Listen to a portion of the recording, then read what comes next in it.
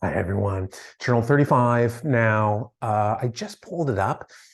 I wrote this thing almost a year ago, almost exactly a year ago. It was last year's Thanksgiving, and Thanksgiving is almost here. So I pulled it up to read through it so I wouldn't be staggering over words, narrating it badly. And I talk about students in it in like a nebulous, like a really vague way. And that's how it'll always be if I'm referencing students. I'm never gonna be like unvague about it because like I don't mind talking about my own personal life and sort of disclosing, like private facts and that's like all I'm doing here. But the world isn't populated by me's, and it's important to honor the privacy in others. And so what I'm talking about, it's specific as it applies to me, but I've had this conversation with students. It's just like it's a teaching experience. I've had this like 75 times with 75 different students. And that's what I'm describing as, specific as it applies to me, general as it applies to students. And here is Journal 35. Thursday, November 24th, 2022, Labor and Writing. Hi, everyone. First, Happy Thanksgiving. After typing that expression, I've realized it's not much of a sentence. It's like saying sad February, with the intended meaning of, I hope you succumb to seasonal affective disorder now, and it lasts for the rest of the day. Still, Happy Thanksgiving.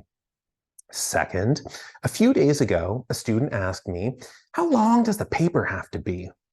I teach, so I get this question often. And I never answer with a page number or any other quantification of length. Instead, I besiege the student with a 30-minute pontification concerning the important differences between writing and typing. I consider it to be an interesting and valuable lecture. They dismiss it as an unnecessary and violent cannonade. So allow me to summarize here. Typing is mindless labor, requiring neither skill nor care. Assembly lines are sites of greater inspiration. But writing, real writing, this strains the imagination. It demands an enormous amount of creativity. And in a way, creativity is the only irreplaceable thing there is, which makes its wastage one of the great tragedies in life. Plenty of tragedies to pick from. Philip Glass, for example, while he could have been composing, he was working as a plumber and as a New York cabbie. T.S. Eliot's Prufrock was first printed in a poetry magazine, but in 1917, he included it in his 12-poem anthology, Prufrock and Other Observations. That was the same year Eliot took a job at Lloyd's Bank. Rene Magritte, my second favorite artist, was a wallpaper draftsman for a spell, and he worked in advertising for 2 long spells. I wonder, what would civilization have lost if someone else had done the wage labor in their place? Very little, I presume. And then I wonder, what was the world denied because of their participation in industry? Probably masterpieces. For them and many others, meaningful contribution to society is achieved by staying out of the workforce. My first favorite artist, Andrew Michelson, does something involving docks and boats in Alaska. I'm not so befuddled by conceit that I proclaim inclusion in that club, but I still feel encumbered by professional responsibility. For me, it's teaching. If I don't show up, somebody else will do it. 1,000 postdoc and ABD aspirants would be delighted to occupy my vacated seat. And in 5 years, would students even remember? I doubt it. It's an important job, teaching, but I play no part in the importance. I'm just a body in the assembly line. The same is true for doctors. If one goes on vacation, the on-call replacement is perfectly fine. Someone has to teach. Someone has to doct. But it hardly matters who's doing it, as long as it gets done. Writing is different. It does matter who's doing it because it's not labor. And just like any true art, if it's reduced to rules and produced by slog, it will be a crass and uninspiring replica of the real thing. If that weren't the case, wizened once upon a rock stars wouldn't be deluging lifeless albums into the annals of ignored music. Which returns us to the question, how long does the paper have to be? Setting a fixed length that applies to all possible papers is as bad as instituting mandatory plot points in all possible fiction. Incanting a prescription of this kind will invariably function as an exorcism of one's muse. Save the Cat may be the sharpest dissection of contemporary storytelling yet published, but it is not instructions. Upon losing my students' attention, I'll change my tactic. Consider bodies. Adding bulk is easy. It just takes mindless eating. The difficult part is slimming a gut into sleek abs. Likewise, you can bulk up an essay in a hurry. An hour of mindless typing will pack on a few pages. I think the better question is, how do I take this full-bodied essay and slender it up for beachwear? To which the student replies, okay, but how many pages? And that concludes my Thanksgiving thoughts for the year. I hope you experience happiness now and it lasts for the rest of the day.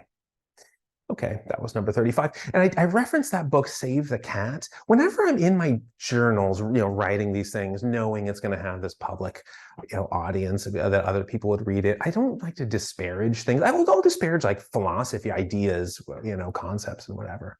But specific things or specific people, I'd rather not. However, I did have an exchange. I really don't like this book. I think it's valuable, Save the Cat. I think it's an incredibly valuable book in a context, in this narrow, the cats are fighting outside, in a very narrow context. But I had a exchange with an old friend of mine, current friend of mine, but for a really long time. And I'm going to share that. Well, I like to sort of disparage the book, just for the sake of, depth of, the wholeness of philosophy. So this is an email I sent before I even wrote this journal in 2022, early 2022. Re-pitching the beats. I'm continuing our conversation here. Our conversation started live, in person, and then I continued in email because we ran out of time. Re-pitching the beats. I'm continuing our earlier conversation here with this. It's hard for me to look past the flaws in Save the Cat. To me, it belongs in the discard pile. It's too biased and way too unscientific in its selection of supporting examples. Does it even count as a systematic review of the available literature? Of course not. There are far more contradictions to its claims than there is support, and that isn't acknowledged in a limitations section. The peer review process would cite Snyder for trespassing if he hokey-pokeyed 1 foot into the property of the natural sciences, where such shoddy qualitative propositions are forbidden. At best, it's homeopathy. Interesting, but unscientific. Run a falsifiable experiment on it, and it'll be falsified. But it tells a memorable story in the meantime. That was my initial email. I'm not going to read my friend's responses. I'll just sort of what he says in the end that gets me going. So I am interested to hear more thoughts on where Snyder got it wrong. I revisited the book. This is me again. I revisited the book several times, and there were some useful points, which weren't very original, but overall, it felt like the equivalent of Jared from Subway writing a diet book, which insists that Subway sandwiches are the perfect diet for everyone. If you eat anything else, you're a fool with a mouthful of foolishness. How would the Jared diet be supported? Carefully select specific examples of Subway dieters who lost a lot of weight, and then describe what they did while scoffing at the alternatives. How would a Snyder premise be supported? Carefully select specific examples of plots that agree with his premise, and then describe what they did while scoffing at the alternatives. I see both of these as more harmful than helpful. Overall, one inflicts harm on storytelling, the other on adiposity. It's the end of my email. And then my friend, I'm not sure I can sympathize with the venom. Resentment because it wasn't even better. Sounds like a wasted emotion. Seems like a wasted emotion. And then me again. I wouldn't say it's resentment because it wasn't even better. First, you said, and I'm quoting you here, your book will fail and no one will ever read it. And then you concluded both of those sentences with, unless it conforms to Snyder's beat sheet. That's what started this conversation. When I tried to argue, having read the same book that you did, your response was, I hate to break it to you, but the world disagrees.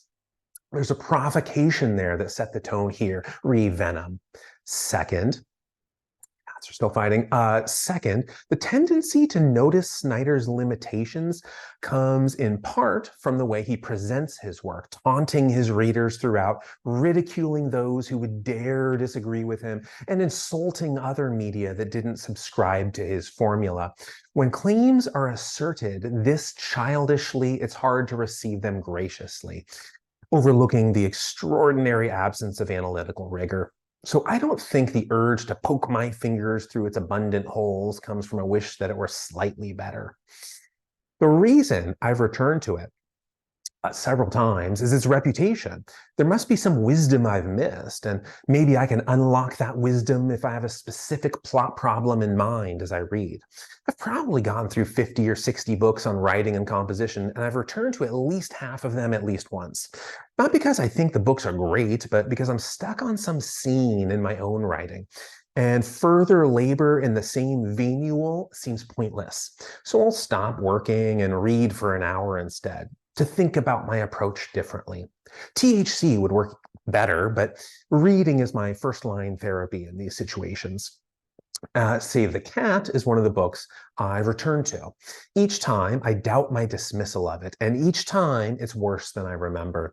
It may be an ideal book for a beginner, the first book someone should read on narrative composition, but the last, as its subtitle self-proclaims, nah.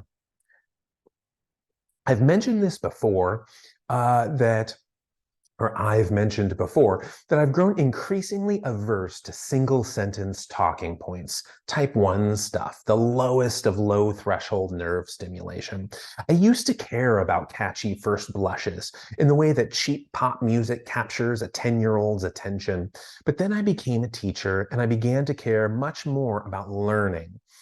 I realized that uttering a memorable but not quite true 6-second soundbite isn't teaching. It's just an attempt to appear smart. And that feels shallow to me. Likewise, Snyder's puddle doesn't feel deep enough to splash. It seems to have all the originality and complexity of a Barney song, if Barney mocked the children while he sang it. I thought the Brody reproduction was substantially better, but it didn't deepen the puddle enough for me to accept its beat sheet as the most important determinant of whether a book will fail. I see it as a good place to start.